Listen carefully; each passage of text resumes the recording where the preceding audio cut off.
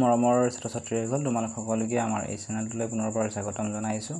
আজিৰ এই ভিডিঅ'টোত মই তোমালোকৰ বাবে লৈ আহিছোঁ জিলা শৈক্ষিক সমলগতৰ দ্বাৰা প্ৰস্তুত কৰা গ্ৰীষ্মকালীন ক্ৰিয়াকলাপ দ্বিতীয় শ্ৰেণীৰ সমগ্ৰ শিক্ষা অসম ডিব্ৰুগড় জিলা অৰ্থাৎ ডিব্ৰুগড় জিলাৰ ছাত্ৰ-ছাত্ৰীসকলৰ বাবে এইখিনি তোমালোকৰ অসমীয়াৰ তোমালোকক কৰিব দিছিলে দ্বিতীয় শ্ৰেণীৰ গ্ৰীষ্মকালীন ক্ৰিয়াকলাপ হিচাপে পাঠ্যপুথি পঢ়া। নম্বৰ বিদ্যালয়ত পঢ়োৱা প্ৰতিটো পাঠ ঘৰত পঢ়িবা। অৰ্থাৎ তোমালোকৰ প্ৰথম গোট পৰীক্ষা নিশ্চয় শেষ হ'ল। শেষ হোৱালৈকে তোমালোকক যিকেইটা পাঠ তোমালোকক সন্মানীয় ছাৰ বাইদেউসকলে পঢ়ুৱাইছে সেইকেইটা পাঠ তোমালোকে ঘৰত পঢ়িবা। নম্বৰ দিছিল প্ৰতিটো সপ্তাহত 5টাকৈ নতুন শব্দ মনত ৰাখিবলৈ চেষ্টা কৰিবা। প্ৰত্যেকটো সপ্তাহত এক সপ্তাহত 7 দিন থাকে। প্ৰত্যেকটো সপ্তাহত অৰ্থাৎ 7 দিনত তোমালোকক 5টাকৈ নতুন শব্দ মনত ৰাখিবলৈ চেষ্টা কৰিব দিছে। নতুন শব্দ মানে যিবিলাক শব্দ তোমালোকে আগতে শুনা নাই বা যিবিলাক শব্দ তোমালোকে আগতে উচ্চাৰণ কৰিব নোৱাৰা তেনেকুৱা ধৰণৰ শব্দ। নম্বৰ দিছিল তোমাৰ পাঠ্যপুথিৰ যিকোনো এটা কবিতা মনত ৰাখিবা আৰু আবৃত্তি কৰিবলৈ চেষ্টা কৰিবা। তোমালোকে পঢ়া কিতাপখনৰ যিকোনো এটা কবিতা তোমালোকক মনত ৰাখিব গৈছে আৰু নোচোৱাকৈ আবৃত্তি কৰিবলৈ চেষ্টা কৰিব দিছে। যদিহে তোমালোকে নোচোৱাকৈ নোৱাৰা চাই তোমালোকে আবৃত্তি কৰিবলৈ চেষ্টা কৰিবা। ইংৰাজীত দিছে নম্বৰত practice 4 pages cursive hand writing capital. তোমালোকক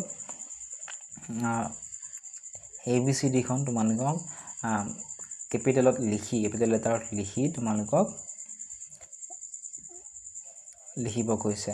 নম্বৰ দিছে তোমাৰ ইংৰাজী পাঠ্যপুথিত থকা কাষৰ ছবিখনত দেখা যিকোনো 5বিধ বস্তুৰ নাম মনত ৰাখিবা আৰু লিখিবা। তোমালোকৰ যিখন ইংৰাজীৰ কিতাপ আছে এই কিতাপখনত কাষৰ ছবিখনত দেখা যিকোনো 5বিধ বস্তুৰ নাম মনত ৰাখিব দিছে আৰু লিখিব দিছে। নম্বৰ দিছিল প্ৰতি সপ্তাহত 5টাকৈ নতুন ইংৰাজী শব্দ শিকি তাৰ অৰ্থবোৰ মনত ৰাখিবা। প্ৰত্যেকটো সপ্তাহত মানুহক নতুনকৈ 5টা ইংৰাজী শব্দ শিকিব দিছে আৰু সেই শব্দটোৰ অৰ্থ কি হয় তোমালোকক মনত ৰাখিবলৈ কৈছে। তোমালোকে যদিহে এইখিনি কৰিব নোৱাৰা কমেণ্ট ছেকশ্যনত জনাবা। মই তোমালোকক এনেকুৱা ধৰণৰ শব্দ লিখি তাৰ অৰ্থসমূহো কমেণ্ট ছেকশ্যনত দি দিম। নম্বৰত দিছিল ইংৰাজী বাৰবোৰৰ নাম মনত ৰাখিবা আৰু লিখিবা। ইংৰাজী যিবিলাক বাৰ আছে যেনে সোমবাৰ মঙলবাৰ আদি ইংৰাজীত কি হয় ছানডে মানডে টিউজডে ৱেডনেছডে সেইখিনি তোমালোকক মনত ৰাখিব দিছে আৰু লিখিবলৈ কৈছে। গণিতৰ তোমালোকক দিছে যোগ আৰু বিয়োগ। 1ৰ পৰা 100লৈ নেওতাৰ আগৰ আৰু পিছৰ সংখ্যাবোৰ ক'বলৈ অনুশীলন কৰিবা। নম্বৰ দিছিলে যোগ নেওতাৰ 2, 3, 4 আৰু 5ৰ ঘৰ শিকিবা আৰু নোচোৱাকৈ লিখিবলৈ চেষ্টা কৰিবা। যোগ নেওতাৰ 2ৰ ভাগটো যেনে 2 × 1 = 3, 2 × 2 = 4 এনেকুৱা ধৰণে 2ৰ ভাগ 3ৰ ভাগ 4 আৰু 5ৰ ঘৰকেইটা শিকিব দিছে আৰু নোচোৱাকৈ লিখিবলৈ চেষ্টা কৰিবলৈ কৈছে।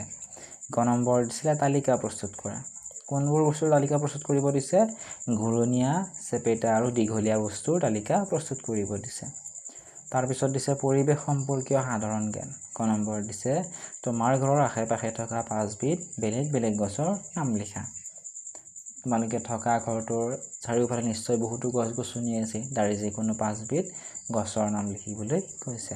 নম্বৰ সূৰ্যৰ সৈতে গ্ৰীষ্মকালৰ এটি দৃশ্য আঁকা আৰু তাৰ বিষয়ে এটা বাক্য লিখা।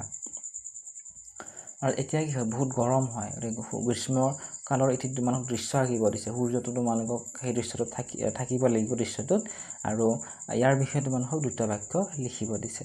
নোৱাৰিলে কমেণ্ট কৰিবা, মই চেষ্টা কৰিম তোমালোকক দিবলৈ উত্তৰখিনি কৰি। সৃষ্টিশীল কাৰ্য দিছে নম্বৰ হস্তশিল্প। পুৰণি বাতৰি কাকত ব্যৱহাৰ কৰি কাগজৰ নাও সাজিবলৈ চেষ্টা কৰিবা। যদিহে তোমালোকে বাতৰি কাকত ব্যৱহাৰ কৰি কাগজৰ নাও কেনেদৰে সাজে নাজানা ভিডিঅ' আপলোড কৰাই আছে কমেণ্ট কৰিবা, মই তোমালোকক লিংকটো দি দিম।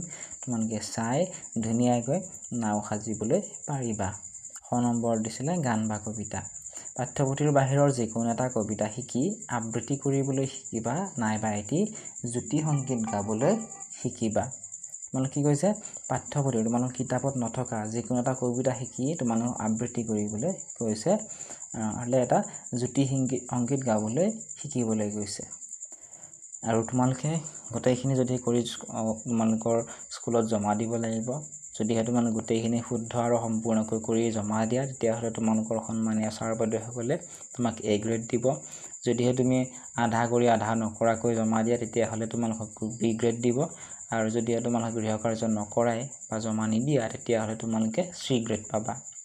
এইখিনিয়ে আছিল আজিৰ এই ভিডিঅ'টি। যদি ভিডিঅ'টো চাই ভাল পাইছা বা উপকৃত হৈছো বুলি ভাবা ভিডিঅ'টি লাইক কৰি দিয়াৰ লগতে চেনেলটো ছাবস্ক্ৰাইব কৰি দিবলৈ নাপাহৰিবা।